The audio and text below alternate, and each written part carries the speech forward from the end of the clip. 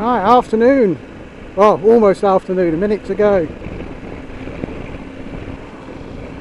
You might spot that I'm on a different bike, and that is because I've just been to the great people at Jim Aim Motorcycles in Braintree, KTM dealer, and I've just swapped the 790 Duke for 790 Adventure. So literally just left the dealership. Bike has only done 9 miles, which was then putting petrol in it, PDI in it and checking it, etc. So this is my first ride.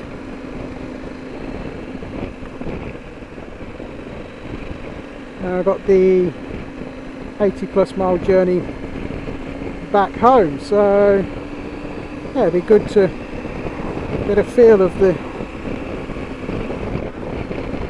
790 Adventure. Now having the Tuono V4RR, I was just finding that the KTM wasn't getting ridden, the 790 Duke, sorry, wasn't getting ridden that much, purely for the fact that the style of bike's so similar to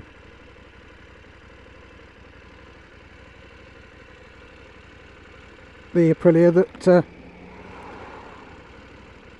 road-wise it's the same type of roads, and the Aprilia was so much fun with its extra horsepower that yeah, the KTM wasn't really getting ridden much, so I decided to have a complete change and have something that I can go off and explore roads that are slightly more challenging. So those roads with grass down the middle, byways, gated roads, just have a completely different style of riding. So if we want to go out with the lads and we want to find excellent A and B roads for some corner to corner action, then the Aprilia. And if I want to do some more sedate riding, looking for those more nadgery roads, then the KTM will be the bike of choice. Also fancy, once lockdowns are over, another weekend camping trip. Haven't done one for maybe 4 years come next spring, and that last one I did was on the BMW R1200 GS. So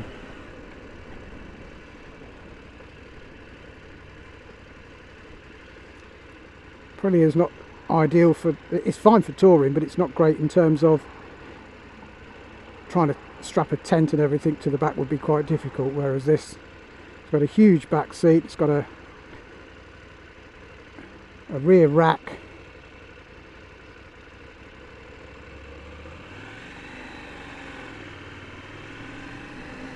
so it'd be interesting to get the comparisons with the engine on this compared to the 790 Duke. It's the same 790cc engine, whereas in this bike it develops 95 horsepower and is tuned more for torque. And obviously this bike is a little bit heavier than the 790 Duke, although compared to most adventure bikes it is still pretty light. Obviously different types of wheels and tyres on this, gone from the 17-inch wheels and tyres that you find on the Duke to a 21-inch fairly narrow front wheel with a dual sport tyre and an 18-inch rear tyre with the same Avon dual sport tyres. So initial impressions of the difference is handlebars feel a little bit wider, seating position sat quite high, very upright. The pegs on the 790 Duke were a little rear set, not too bad, just a little bit, whereas pegs on this are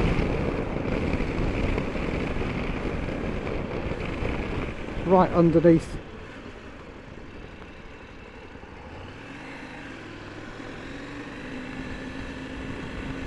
So familiar riding position, reminds me very much of the BMW GS. Dashboard's different on this. Still a TFT, but a different TFT.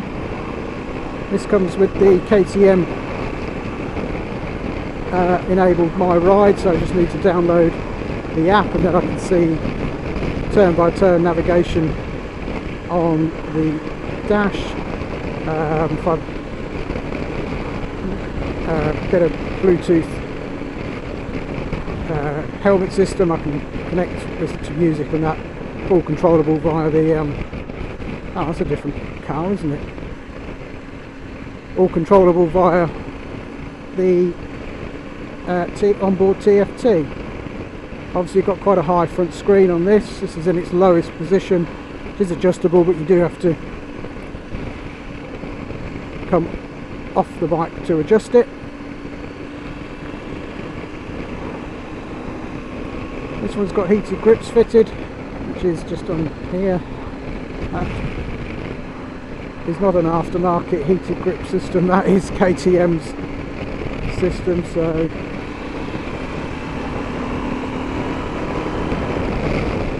and this hasn't got the quick shifter fitted, so when these were launched in 2019, it seems the first batch had the quick shifter automatically enabled.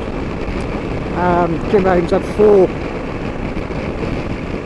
790 Adventures in stock new, and they checked all of them and none of them had got the quick shifter software enabled, so I wasn't going to pay the extra for it. It's not vital on an adventure bike. It's a nice to have. Heated grips were more important. And the cruise control, I thought, well, if I was doing huge mileages on it, I might go for it, but I haven't gone for that either. But you get the handguards as standard on this. The 20 litre fuel tank, which if this is anywhere near as efficient as the Duke, is going to get you well into the mid 200 mile range before needing fill-up. So nice long range bike for those types of trips. Seat height, I'm quite short in the leg, which if you've watched my other videos you will know. Around about 30 inch inside the seam. It's adjustable between 830 and 850mm, and this is on the 830 setting. Still a little bit of a stretch because the front of the seat is quite a bit wider than 790 Duke.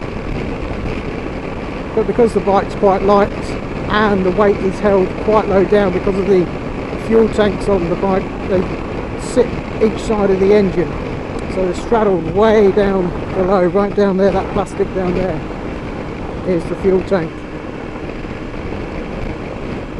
Comes with a bracket if you want to fit GPS mount, and you've got a 12 volt socket there. I have got a twin USB 12 volt connector at home, so that'll be going on there, and we'll be removing one of these bolts to put the ultimate add-ons case so that you can have the mobile phone if you want full sat nav. You can use the screen of the iPhone 11. Initial sort of first 10 minutes, it's quite a firm ride. I'd say the ride's firmer than the 790 Duke. Certainly from the rear end it feels that bit firmer. Some of that I would imagine will be the tyres though, with them being the dual sport type tyres. I've got quite chunky tread, so that will give you a different feel from the sort of smoother sporty type maxes that were fitted, and they were quite soft compound. I say once again a great thanks to Alistair at GMA Motorcycles. Offered a great deal on the trade-in for the 790 Duke and a good deal on the Adventure. That's meant that my monthly outgoings have gone up by £10 a month, which for the first year will be a net zero because I won't have any road fund licence to pay, because obviously that's included with the bike for the first 12 months, whereas I was paying about £9 a month for the KTM. So in real essence, for the first year, it's not going to cost me any extra on my monthly payments. Service intervals, it will need its first service at 600 miles and then 9,000 or annually. Well, I'm anticipating I'll do about 3,000 miles. So I say no quick shifter, so I have to go back to the old way of rolling off and matching the revs, changing up. Changes quite nice, you don't need the clutch. 3 riding modes as standard. We've got street, grain and off-road, and you can turn the ABS off or put it into off mode so that you can lock the brakes if you are riding off-road.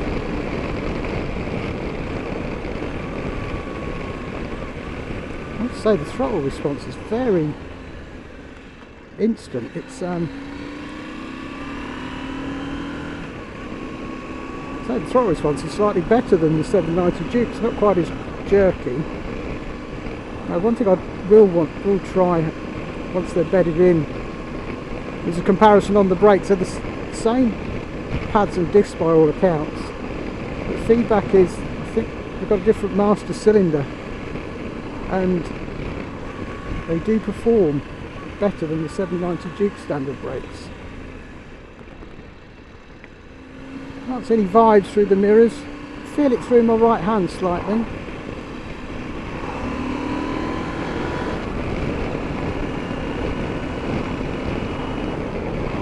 I used to have that slightly on the Duke, so let's try these heated grips a bit. Hold to turn on.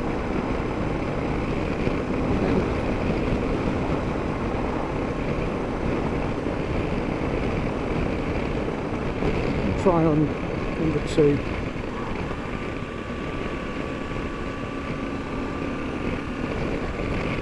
Yeah, just fingertips and thumb, just getting a little bit of vibes in.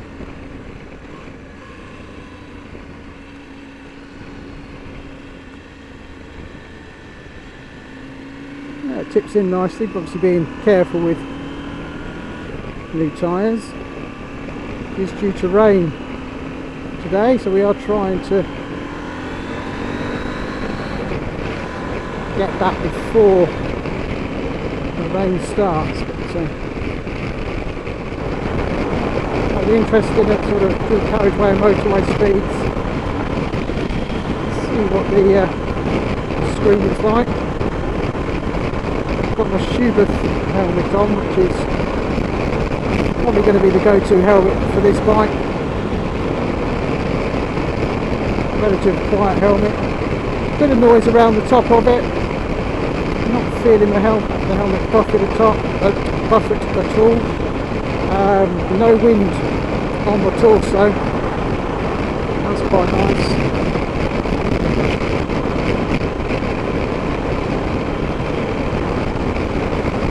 That would be nice to have the cruise control.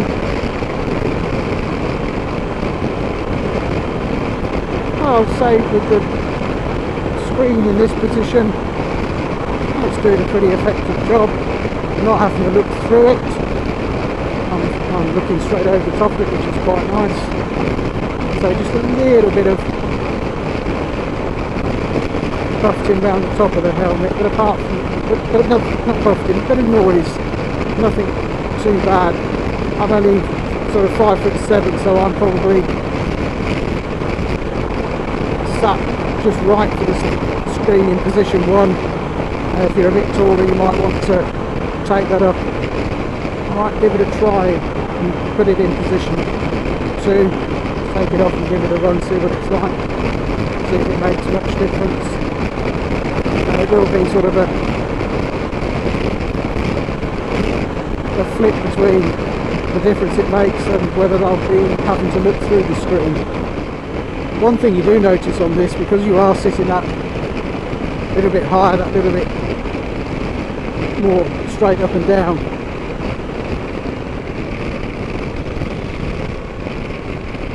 is the visibility. There's a lot more visibility. Yeah, seat height is a bit high. Do need to get used to putting your foot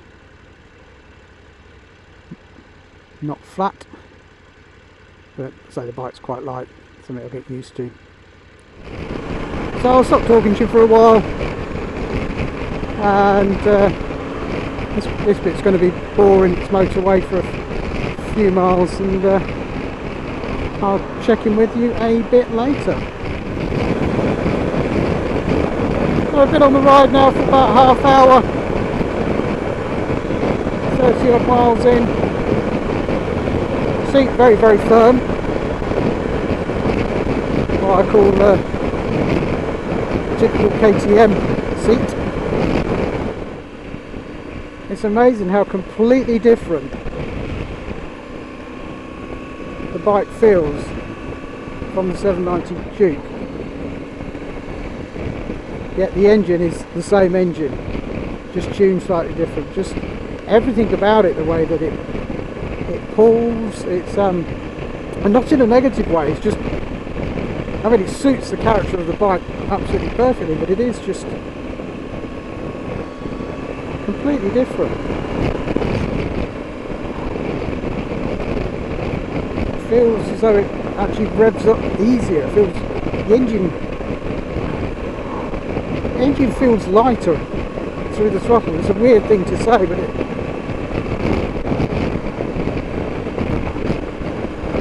gearing must be slightly different, because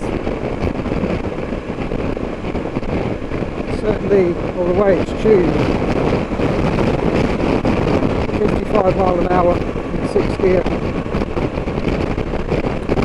on the Duke, it will be chugging if you crack open the throttle. Whereas on the Adventure, no such chugging.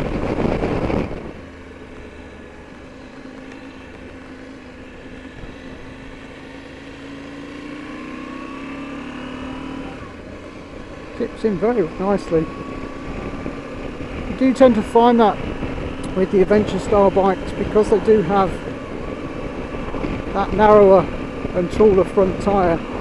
It does mean that when you want to tip into a bend or a roundabout, they do tip in very, very easily.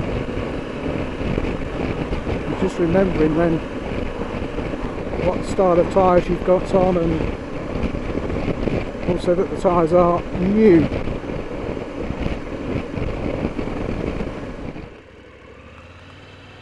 Extremely well balanced at those speeds.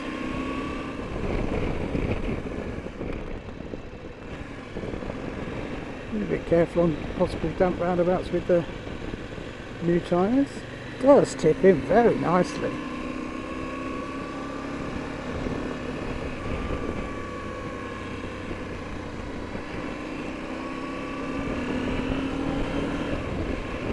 These tyres are scrubbed in. It's going to be a bike that certainly feel like you're going to be able to chuck it around.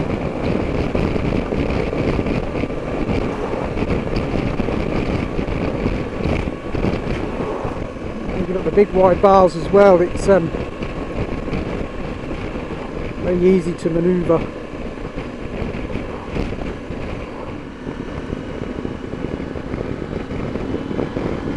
So modifications, will I do any?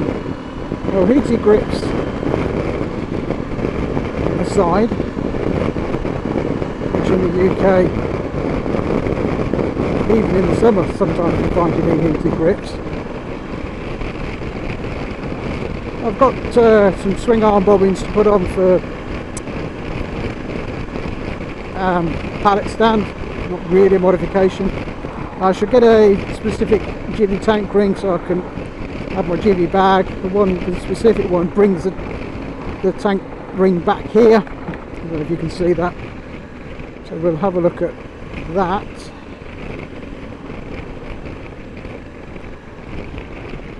And then probably the main one I'll do will be an end can. I had a Pipeworks end can on the 790 Duke. Real good value for money, sounded nice. Recently sold it, and Pipeworks do one for this, and having a look at it, it doesn't look much different to the one I sold.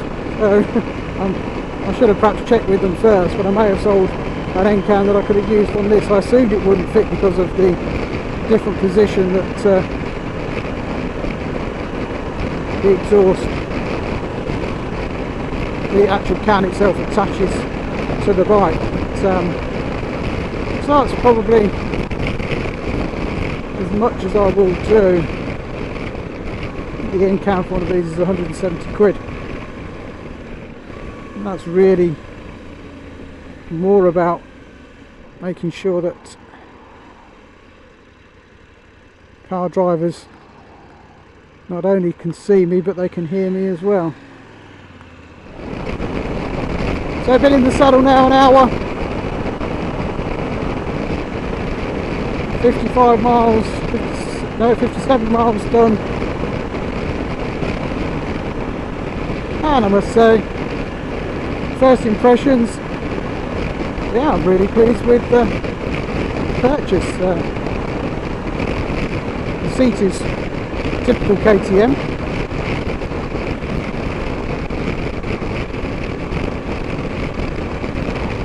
But I'll get used to that, and the seat will soften. The riding position, that triangle between your arms, your hands, your feet, etc., and your legs it's just one of those real natural riding positions. The bars aren't too wide. You ride a BMW GS, which is a fantastic bike, by the way. I'm not going to slag a GS off. I've had two and they were brilliant. The bars are wide, very wide. You try pushing it down the driveway if you're quite little like myself. Being able to when you stood off the bike, trying to stretch across it, trying to push it, it's a bit of fun. Yeah, it will be weird switching between this bike and the Aprilia. I used to notice the difference getting on the Duke after the Aprilia, and that was another sort of naked type bike with the completely different riding position and no quick shifter on this. That's going to be especially through the winter, because if the weather's crappy, if I can get out I will get out. It's going to obviously be on this.